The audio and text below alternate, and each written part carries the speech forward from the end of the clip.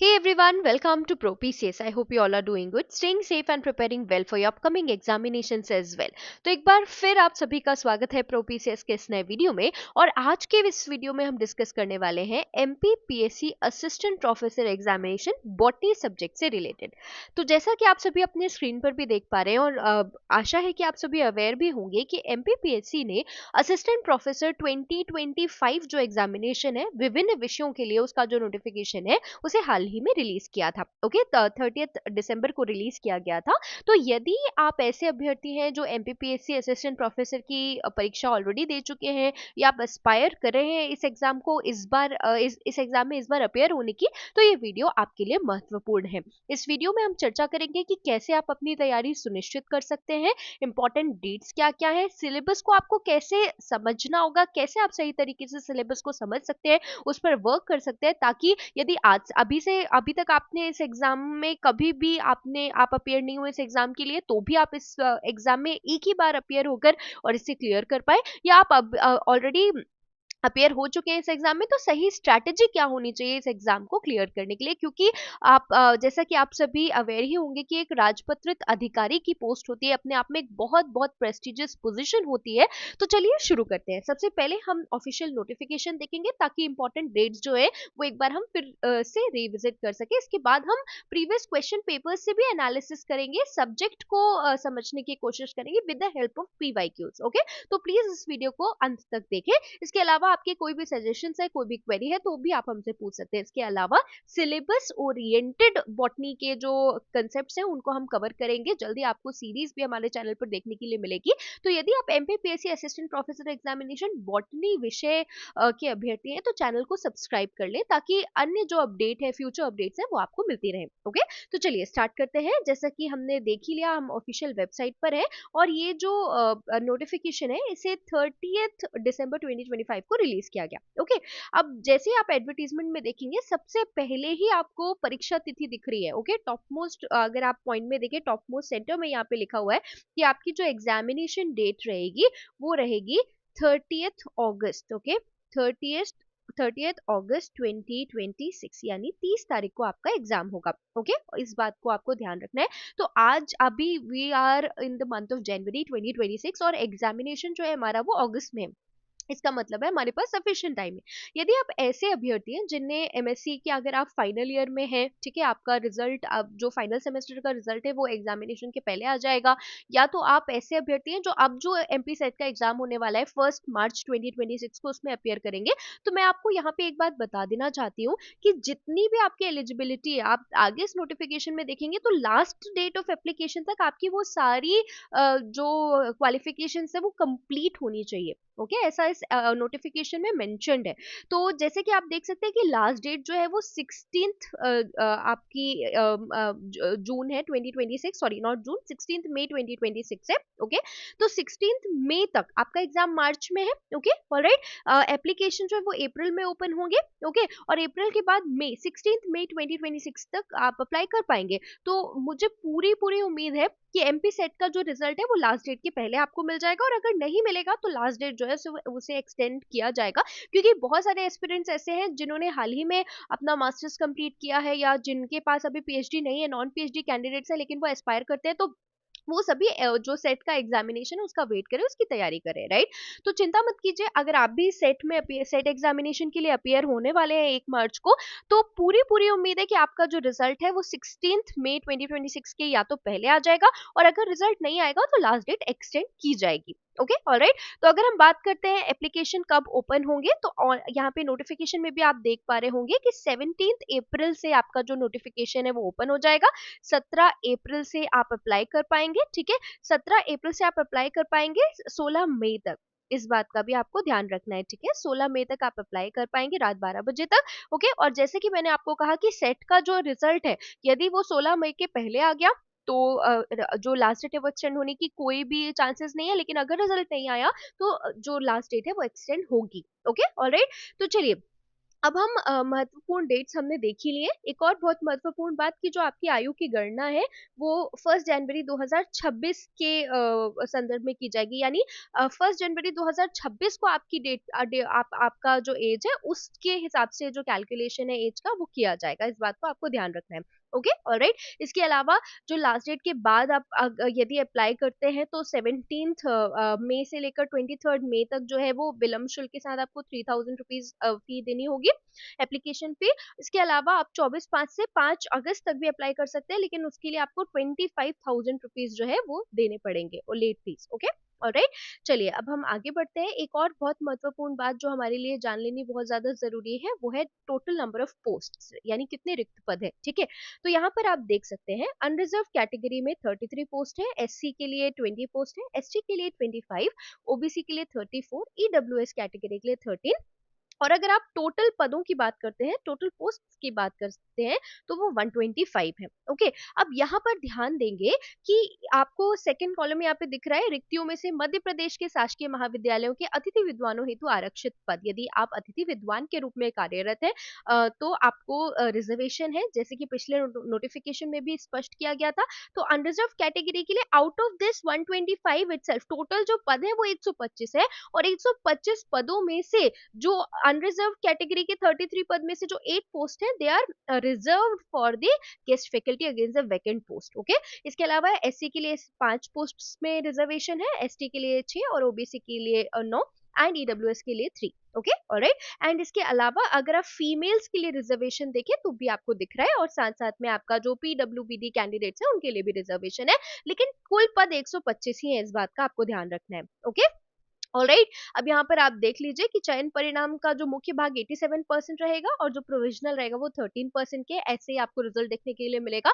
जो अभी 2024 का रिजल्ट है वो भी ऐसे ही देखने के लिए मिला है। Okay, alright. चलिए अब यहाँ पर आई एम सॉरी, आप यहाँ पर देख सकते हैं, यहाँ पर आपका जो पोस्टर्स की श्रेणी दी गई है, परमानेंट पोजीशन है, एंट्री पे 57,700, एकेडमिक लेवल 10। ओके, और साथ में यहाँ पे अनिवार्य शैक्षणिक अर्हता जो है वो दी गई है। Okay, alright. अब जैसे ही आप यहाँ पे आगे बढ़ेंगे आपको विभिन्न शर्तें यहाँ पे क्लियर समझ में आ जाएंगी। ठीक है, और एक बात, इस बार ऋणात्मक मूल्यांकन जो है वो होने वाला है। ऋणात्मक मूल्यांकन का मतलब होता है नेगेटिव मार्किंग। ओके, इससे पहले जो असिस्टेंट प्रोफेसर का एग्जामिनेशन था एमपीपीएससी जो कंडक्ट करा रही थी उसमें नेगेटिव मार्किंग का प्रावधान नहीं था। ओके, लेकिन अब नेगेटिव मार्किंग है, आप यहाँ पर देख सकते हैं।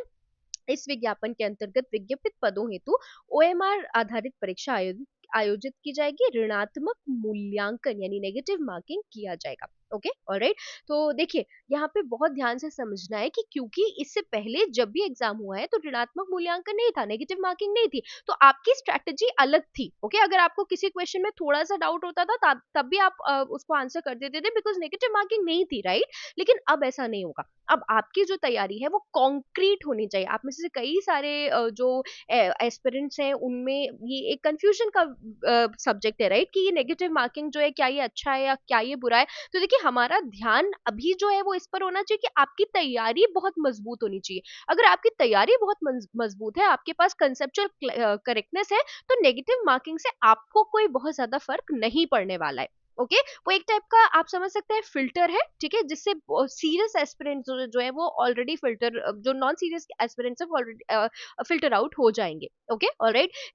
सिर्फ इस परीक्षा में नहीं, अभी जो हाल ही में एमपीपीएससी ने फूड सेफ्टी ऑफिसर का एग्जाम कंडक्ट किया, या जो अभी भी आपने देखा होगा जो स्टेट एलिजिबिलिटी सॉरी आपका जो स्टेट एग्जामिनेशन है, एसएससी जो है स्टेट सर्विस एग्जामिनेशन, उसके लिए भी नेगेटिव मार्किंग जो है वो आपने नोटिफिकेशन में देख ही ली होगी, राइट।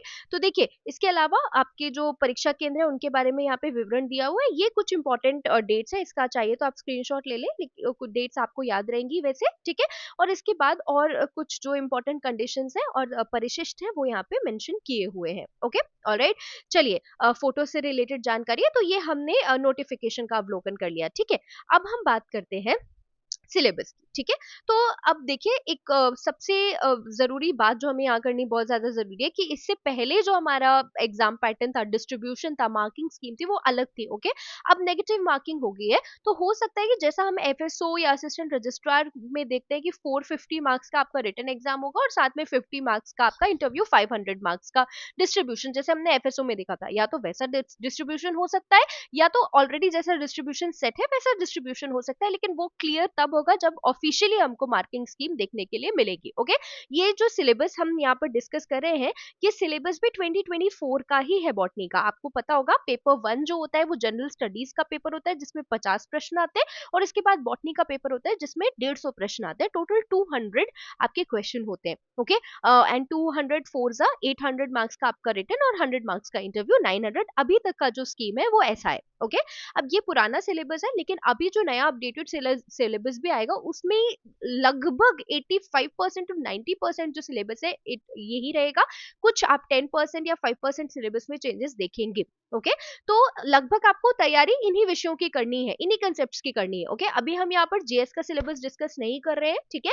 हम यहाँ पर बॉटनी विषय पर चर्चा करें, बॉटनी सब्जेक्ट के बारे में स्पेसिफिकली बात करें। जीएस का सिलेबस हम एक अलग वीडियो में, सेपरेट वीडियो में हम उसकी चर्चा करेंगे। बट मैं एक बात बता दूं कि आपको जीएस का जो पेपर रहेगा, जनरल स्टडीज का पेपर होगा, उसको भी क्लियर करना पड़ेगा। जब आप उसको क्लियर करेंगे तभी आपका पेपर 2 चेक होगा। तो जीएस भी बहुत बहुत बहुत इंपॉर्टेंट है। हम अपने सब्जेक्ट को तो बहुत स्ट्रॉन्ग कर लेते हैं, लेकिन हम जीएस पर बिल्कुल ध्यान नहीं देते, और उस कारण हमारा पेपर 2 चेक ही नहीं हो पाता, क्योंकि आप जीएस में क्वालिफाइंग मार्क्स नहीं ला पाते तो आपका पेपर 2 ही चेक नहीं होता, भले ही आपने उसमें कितना अच्छा परफॉर्म किया हो, राइट। तो जीएस भी बहुत बहुत इंपॉर्टेंट एस्पेक्ट है आपके प्रिपरेशन का। जनरल स्टडीज, लेकिन जनरल स्टडीज जो है उसका सिलेबस लिमिटेड है, 5 यूनिट का सिलेबस है। लेकिन अगर आप बॉटनी की बात करते हैं, क्योंकि अब नेगेटिव मार्किंग है, आपको दोनों में ही, जनरल स्टडीज के पेपर में और अपने सब्जेक्ट स्पेसिफिक पेपर में, बहुत अच्छी परफॉर्मेंस की आवश्यकता है। कंसेप्चुअल करेक्टनेस की बहुत आवश्यकता है, ठीक है। तो चलिए हम अगर सिलेबस देखें, अगर आप टोटल 10 यूनिट्स का सिलेबस है, यूनिट 1 अगर आप देखें तो biology and diversity of lower plants, यानी हमको यहाँ पे वायरसेस, बैक्टीरिया, माइकोलॉजी, फंगस के बारे में है ना, एंड उसके अलावा फाइकोलॉजी यानी एल्गी, ये आपको यहाँ पर यूनिट 1 में पढ़ना है। ओके, लोअर प्लांट्स, ठीक है, वायरस, बैक्टीरिया, ओके, इसके अलावा फंगाई, एल्गी, ओके, और साथ साथ में उनकी इकोनॉमिक इंपॉर्टेंस, ये सारी चीजें आपको इस यूनिट में पढ़नी है। Okay, alright. तो लोअर बॉटनी आप कह सकते हैं, या लोअर प्लांट्स की जो डाइवर्सिटी है वो हमको इस यूनिट में, यूनिट 1 में समझनी है। Okay, alright. तो ये यूनिट 1 है, biology and diversity of lower plants. अगर आप यूनिट 2 की बात करें, biology and diversity of bryophyte, pteridophyte and gymnosperm. देखिए ये दोनों यूनिट्स जो है, अगर आप ध्यान से इसे समझे तो 11th और 12th की जो बायोलॉजी की बुक है, ओके, सबसे पहले तो 11th और 12th की बायोलॉजी बुक्स के ये कॉन्सेप्ट्स आपको क्लियर होने चाहिए। अगर आपको बायोलॉजी एनसीईआरटी का जो 11th और 12th का बुक है उसमें जो ये कॉन्सेप्ट्स है, अगर वो क्लियर है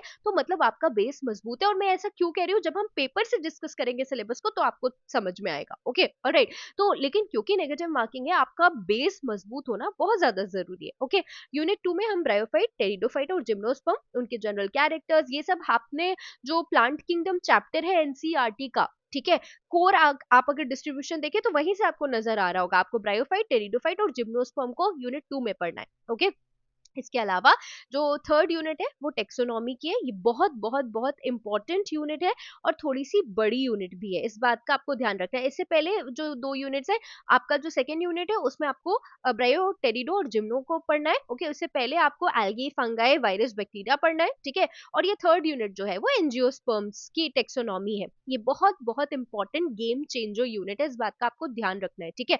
अगर आप यहाँ पर बहुत बहुत बहुत अच्छे हैं तो आप एक बहुत सॉलिड स्कोर कर सकते हैं, बिकॉज जब क्वेश्चंस इनसे आते हैं ना, बहुत कंसेप्चुअली बहुत बहुत आप कह सकते हैं कि बहुत बेसिक क्वेश्चंस है, लेकिन हम बहुत ऊपर ऊपर की चीजें तो पढ़ लेते हैं लेकिन हमारे बेसिक्स ही क्लियर नहीं होते। ओके, जैसे आपने अगर हम 2022 के पेपर की बात करेंगे तो आपसे विदेनिया सोमनीफेरा के जनरली सिर्फ सिंपल फैमिली ही पूछ ली थी, बोटेनिकल नेम ही पूछ लिया था, राइट। तो ये यूनिट बहुत ज्यादा इंपॉर्टेंट है। ओके, आपको यहाँ पे plant description, technical language, diagnostic characters different families के और इकोनॉमिक इंपॉर्टेंस आपको देखना है। ओके, इसके बाद जो यूनिट 4 है वो है morphogenesis and organogenesis in plant की। ये यूनिट भी इंपॉर्टेंट है, बट मेरे हिसाब से ये कंपैरेटिवली सिंपलर यूनिट है। ओके, कंपैरेटिवली सिंपलर यूनिट क्यों है? आपको डिफरेंट टाइप ऑफ टिश्यूज, उनके क्लासिफिकेशन, ठीक है, इसके अलावा shoot, apical apical meristem, leaf और फ्लावरिंग फ्लोरल मेरिस्टेम, ये सारी चीजें यहाँ पे पढ़नी है। और ये यूनिट कंपैरेटिवली इजियर यूनिट है। मैं बार बार कह रही हूँ, ये वाली जो यूनिट है आपकी यूनिट 4 जो है, वो कंपैरेटिवली इजी यूनिट है। इस यूनिट को मैं इजी की कैटेगरी में रखूंगी, और ऐसा मैं क्यों कर रही हूँ वो भी मैं आपको बताऊंगी। ठीक है, यहाँ पे आपको डबल फर्टिलाइजेशन, ट्रिपल, ये कुछ बेसिक कंसेप्ट हैं जो हम 11th और 12th ग्रेड में पढ़कर आए हैं, और ये बहुत इजी है। अगर आपका कंसेप्ट क्लियर है ना, तो इस यूनिट में आपको बहुत बहुत बहुत ज्यादा परेशान होने की जरूरत नहीं है। ओके, इसके बाद एक और बहुत इंपॉर्टेंट यूनिट आ जाती है, जो है प्लांट फिजियोलॉजी एंड बायोकेमिस्ट्री। बहुत बहुत बहुत इंपॉर्टेंट क्वेश्चंस इससे आते हैं। ठीक है, बहुत बेसिक क्वेश्चंस आते हैं, कंसेप्चुअली बहुत बेसिक क्वेश्चंस आते हैं, लेकिन वहीं पर गलती सबसे ज्यादा होती है। इसमें glycolysis, citric acid cycle, mitochondria, ETS, ATP synthesis, photo respiration, plant water relations, transpiration, photosynthesis, enzymology की कुछ फंडामेंटल्स, ये सारी चीजें आपको इस यूनिट में पढ़नी है, और ये बहुत बहुत बहुत इंपॉर्टेंट यूनिट है। बहुत, देखिए फोटोसिंथेसिस हम ग्रेड 6 से पढ़ते हुए चले आ रहे हैं, राइट? फिर भी फोटोसिंथेसिस के कुछ एस्पेक्ट्स है जो हमें क्लियर नहीं होते, हम कंफ्यूज हो जाते हैं, और वहीं पर जिसके वो कंसेप्ट क्लियर है ना, तो वो एग्जाम को इजिली क्रैक कर सकता है। तो यहाँ पर बेस आपका बहुत बहुत क्लियर होना चाहिए, स्पेसिफिकली अब क्योंकि अब नेगेटिव मार्किंग की बात है, राइट? तो प्लांट फिजियोलॉजी, बायोकेमिस्ट्री, ये एक इंपॉर्टेंट यूनिट है, आप प्लीज इसे मार्क करते जाइए, ताकि आपको समझ आएगा कि आपको पहले शुरुआत कहाँ से करनी है। ठीक है, इसके बाद यूनिट 6 जो है वो प्लांट इकोलॉजी है। ये इकोलॉजी भी बहुत एक इंपॉर्टेंट एस्पेक्ट है, बट ये कंपैरेटिवली इजियर एस्पेक्ट है, कंपैरेटिवली इजियर। ओके, यहाँ पे हमको pollination, species interaction, ecosystem, ecological succession, community ecology, अगर आपका जो एलिट सब्जेक्ट, अगर आप एनवायरमेंट साइंस के, एनवायरमेंटल साइंस के अभ्यर्थी हैं, तो ये आपका एक स्ट्रेंथ यूनिट हो सकता है। Okay, alright. इसके अलावा टेरेस्ट्रियल बायोम, सॉइल्स, ये सब आपको यूनिट नंबर 6 में पढ़नी है। ये थोड़ी सी बड़ी, थोड़ी सी लेंथी यूनिट है। ओके, तो इस पे भी हमको ध्यान देना है, बट ये थोड़ी कंपैरेटिवली इजियर यूनिट है, comparatively easier. I am not saying कि इसको पढ़ना ही है, बहुत लेंथी यूनिट है और इजी यूनिट है, और जहाँ पे इजी चीजें होती है ना, वहीं पे हम बहुत ज्यादा कंफ्यूज हो जाते हैं। ओके, तो ये यूनिट थोड़ी सी लेंथी है। इसके बाद यूनिट 7 जो है वो एथनोबॉटनी एंड अप्लाइड बॉटनी है। इस यूनिट पर आपको बहुत बहुत बहुत बहुत ज्यादा फोकस करना है। ठीक है, पिछली बार एक क्वेश्चन आया था वेंका रोजिया कैथेरेंथिस रोजियस का से रिलेटेड। ठीक है, ऑलराइट, और उसमें प्रेजेंट एक बायो कंपाउंड के बारे में क्वेश्चन आ गया था, जो कैंसर के ट्रीटमेंट में यूज होता है, विनब्लास्ट एंड विंसिस्टेंस से रिलेटेड, राइट? इकोनॉमिक बॉटनी बहुत बहुत बहुत इंपॉर्टेंट है। आपको यहाँ पे प्लांट्स के नाम दिए हैं, इन प्लांट्स का एथनोबॉटनिकल इंपॉर्टेंस आपको पता ही होना चाहिए, और ये यूनिट अपने आप में बहुत बहुत बहुत इंपॉर्टेंट है। ये यूनिट बहुत ज्यादा इंपॉर्टेंट है, इस बात को आपको ध्यान रखना है। थोड़ी सी बड़ी यूनिट भी है, और ये बहुत बहुत बहुत इंपॉर्टेंट यूनिट है। Okay, alright. इसके बाद अगर हम बात करते हैं, एक तो टेक्सोनॉमी बहुत इंपॉर्टेंट है, और ये एथनोबॉटनी बहुत इंपॉर्टेंट यूनिट है। इसके बाद यूनिट 8 जो है वो सेल बायोलॉजी एंड इवोल्यूशन है। यहाँ पे आपको सेल का structure, ultra structure, cell organelles के फंक्शंस, ठीक है, इसके अलावा क्रोमोसोम के फंक्शन, सेल डिविजन, इवोल्यूशन, देखिए ये सारी चीजें भी कंसेप्चुअल है। ठीक है, सेल साइकिल आपको, आपने 11th-12th में बहुत अच्छे से पढ़ी है, फिर भी कई सारे स्टेजेस है जहाँ पे कंफ्यूजन हो जाता है, तो शुरुआत इस यूनिट की भी आपको एनसीईआरटी से ही करनी है। ओके, इसके बाद एक और मेजर यूनिट, ये जो यूनिट 9 और 10 है, ये भी बहुत ज्यादा इंपॉर्टेंट है, गेम चेंजर्स है ये, मॉलिक्यूलर जेनेटिक्स। ओके, अगर आपने बायोटेक्नोलॉजी बीएससी में पढ़ी है, तो ये आपके लिए इजी होने वाला है। ठीक है, लेकिन अगर आपने इससे पहले बायोटेक्नोलॉजी नहीं पढ़ा, तो ये फिर आपके लिए, अगर आपने माइक्रोबायोलॉजी पढ़ा है या बायोटेक्नोलॉजी, तो ये दोनों यूनिट्स आपके लिए इजी हो सकती है, लेकिन नहीं पढ़ा है तो यही आपको बहुत बहुत इंपॉर्टेंट यूनिट्स है। सबसे पहले आपको इन्हें ही कवर करना चाहिए, इनको अपनी स्ट्रेंथ बनाना चाहिए, जो इंपॉर्टेंट यूनिट्स है। ठीक है, तो यूनिट 10 में हमें tool and techniques in biology and biotechnology देखनी है, microscopic techniques, then biophysical method of analysis, उसके बाद आपके अलग अलग जो टेक्निक्स है उनको आपको यहाँ पर पढ़ना है, और बायोटेक्नोलॉजी जो है लास्ट फेज है इस यूनिट का। तो यूनिट 10 और यूनिट 9 जो मॉलिक्यूलर जेनेटिक्स वाली यूनिट है, ये दोनों यूनिट बहुत इंपॉर्टेंट है, अपने आप में गेम चेंजर यूनिट्स है। अगर आपकी कमांड इन दोनों यूनिट्स में, ये जितनी इंपॉर्टेंट यूनिट्स मैंने यहाँ पर डिस्कस की है, एथनोबॉटनी है, प्लांट फिजियोलॉजी है, टेक्सोनॉमी है, इसके अलावा biology, biotechnology, tools and techniques और मॉलिक्यूलर जेनेटिक्स, ये अपने आप में आप कह सकते हैं कोर है आपके पेपर का। अगर ये आपकी स्ट्रेंथ्स बन गए तो इसके अलावा जो रिमेनिंग यूनिट्स है वहां पे आप बहुत बहुत बहुत अच्छा परफॉर्म कर जाएंगे। ठीक है, तो ये तो हमने सिलेबस का ब्रेकडाउन देख लिया। अब देखिए, मैं यहाँ पे आप सभी से रिक्वेस्ट करना चाहती हूँ कि प्लीज स्टार्ट फ्रॉम एनसीईआरटीज। अगर आप नेगेटिव मार्किंग के एस्पेक्ट से बचना चाहते हैं तो सबसे ज्यादा इंपॉर्टेंट चीज है कि आपका कंसेप्ट क्लियर होना चाहिए, आपका बेस बहुत मजबूत होना चाहिए। कुछ छोटे छोटे क्वेश्चंस हैं, हमको बहुत बड़े बड़े कंसेप्ट बहुत क्लियर होते हैं बट बेसिक्स हमारे क्लियर नहीं होते। So if you want to clear this exam in one go और in this attempt, you should start from NCERT. अगर आपने ऑलरेडी एनसीईआरटी कवर कर लिया है then you just need to polish your preparations, ठीक है। बट नहीं किया है so then please go back, take out your NCERT books 11th and 12th and please please आप उन्हें पढ़िए, जो टॉपिक्स यहाँ मेंशन है उन्हें पढ़िए। क्यों, अब मैं आपको दिखाना चाहूंगी। ठीक है, ये हमारे पास एक पीवाईक्यू है, प्रीवियस ईयर क्वेश्चन पेपर है। मैंने कुछ क्वेश्चंस को यहाँ पे हाईलाइट किया। देखिए, आपसे सिंपल क्वेश्चन पूछा जा रहा है, क्लोव जो है वो कौन से पार्ट से प्लांट के ऑब्टेन किया जाता है, या बोटेनिकल नेम गुडुची का क्या है। ठीक है, इसके अलावा विदिनिया सोमनीफेरा कौन सी फैमिली को बिलोंग करता है। ठीक है, ये कुछ बहुत बेसिक क्वेश्चंस है, एनसीईआरटी में वर्ड टू वर्ड लिखे हुए हैं। क्रेब्स साइकिल का सिंगल यील्ड कितना होता है, न्यूक्लियोसोम जो होता है उसमें क्या क्या होता है, ये सिंपल सिंपल एनसीईआरटी के वर्ड टू वर्ड क्वेश्चंस है। नाइट्रोजन फिक्सेशन किस मैनर में होता है। ठीक है, ये बहुत बेसिक क्वेश्चंस है। Father of Indian ethnobotany, electron microscope की डिस्कवरी किसने की। ठीक है, इसके अलावा अगर आप देखें स्मॉलेस्ट इन्फेक्शियस एजेंट कौन सा होता है जो डिजीज कॉज कर सकता है होस्ट में। ठीक है, इसके अलावा आप देखें कौन सा मेंबर लिलियेसी फैमिली का मेंबर ही नहीं, आपसे सिंपल जेनरा ग्रुप के ऊपर क्वेश्चन पूछ रहे हैं। ठीक है, तो ये सारे टाइप के जो क्वेश्चंस हैं, जैसे कि आपको बैट्राकियोस्पर्मम का लाइफ साइकिल पूछ रहे हैं, किस टाइप का लाइफ साइकिल होता है। ठीक है, तो ये जो कुछ बेसिक क्वेश्चंस हैं, इनको करने के लिए आपको सबसे पहले एनसीईआरटी पर कमांड होना बहुत ज्यादा जरूरी है। यहाँ पे कुछ और एग्जांपल है, कौन में इनमें से कौन पैरासिटिक एल्गी है।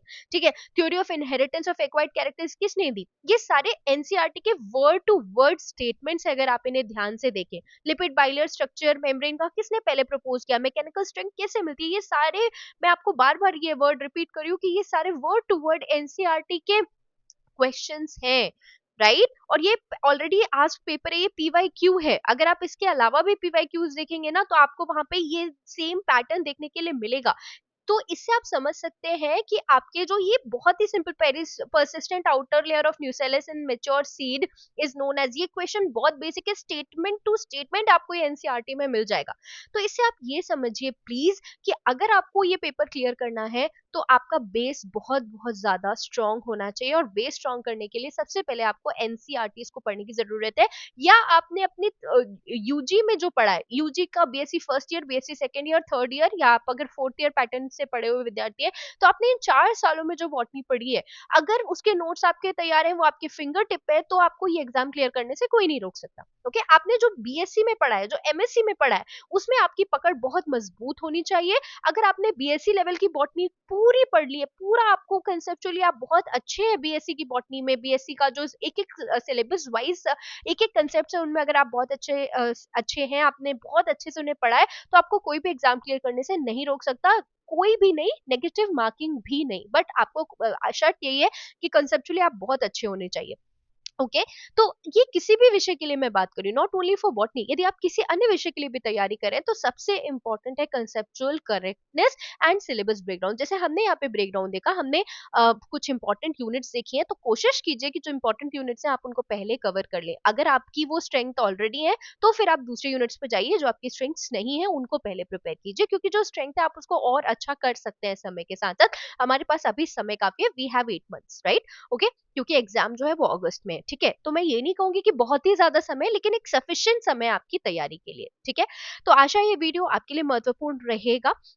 इसके साथ ही आपको जल्दी चैनल पर सिलेबस के अकॉर्डिंग जो टॉपिक्स हैं बॉटनी से रिलेटेड, एमपीपीएससी असिस्टेंट प्रोफेसर से रिलेटेड, वो आपको चैनल पर देखने के लिए मिलेंगे। तो यदि आप बॉटनी विषय के अभ्यर्थी हैं, आपको फ्री ऑफ कॉस्ट यहाँ पे जो सेशंस है वो देखने के लिए मिलेंगे, तो आप हमें फॉलो कर सकते हैं, आप चैनल को सब्सक्राइब कर सकते हैं, जिससे जो भी संबंधित अपडेट्स है वो आप तक टाइमली पहुंचे। इसके अलावा आपके अगर कोई भी सजेशन है, कोई भी फीडबैक है, प्लीज कमेंट बॉक्स में आप पोस्ट कर सकते हैं। Thank you so much for watching. आशा है ये वीडियो आपके लिए मददगार साबित हो। धन्यवाद।